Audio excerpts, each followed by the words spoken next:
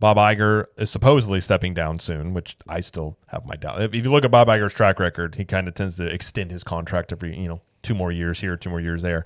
But apparently the new Disney CEO is reportedly going to be named in early 2026.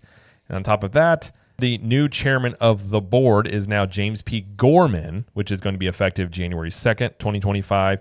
And he's currently working chair of the Disney Board Succession Planning Committee, which is working to identify and prepare the next chief executive officer of the Walt Disney Company.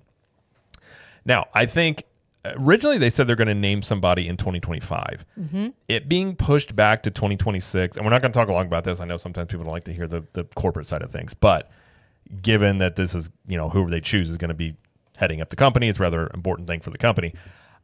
That leads me to kind of wonder if they're going to start looking outside the company.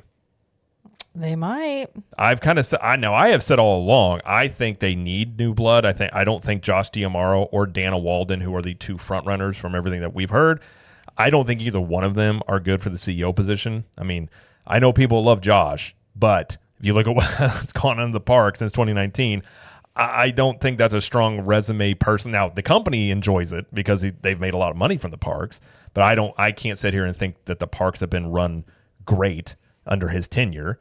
And Dana Walden, she came from the Fox deal, so she's kind of a newer acquisition, but she's head of like the ABC side of things. It makes me that long of a timeline there. Plus, this James Gorman guy, he does have good credentials. He's done a really good job of creating or picking successors at other companies as well. So, you can make an argument Bob Iger needs a little help in this department because the last time around we ended up with Chapek, and that didn't really go out so well. So, yeah. But hearing this news, I'm not going to be surprised if we're looking at 2026, or excuse me, if we're looking at an outside CEO coming in. But apparently they also did say it's not going to be Kevin Mayer or the other guy. Staggs. Yeah, Tom Skaggs, which they've been consulting with Iger. So we'll see here. But and personally, if they go outside the company, I think that would be a very good thing. But I have to wait and see on that. So I guess we'll find out sometime in 2026. Hopefully early. I feel like when we find out Iger's going to go, I'm here until 2028. And you're like, oh, okay. Like, I feel like there is a chance he does it.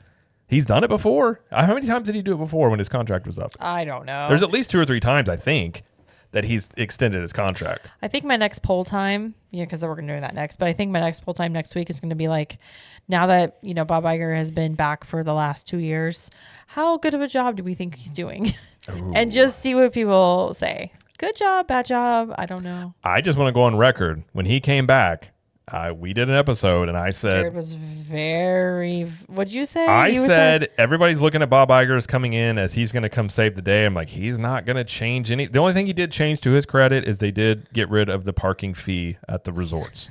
Yes. Other than that, I was like, he's not changing anything. He was chairman of the board the entire time that Chapek was in charge. And when you read the stuff that came out after the fact, Chapek was reporting to Iger and the board. So Iger was still in charge when Chapek was in charge.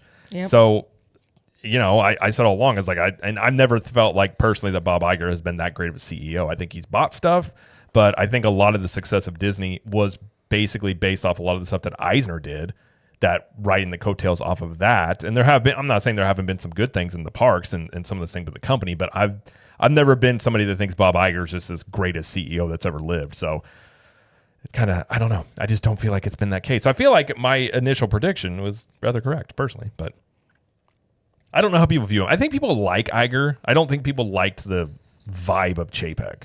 He just looked like a villain, which didn't help him any. I don't know.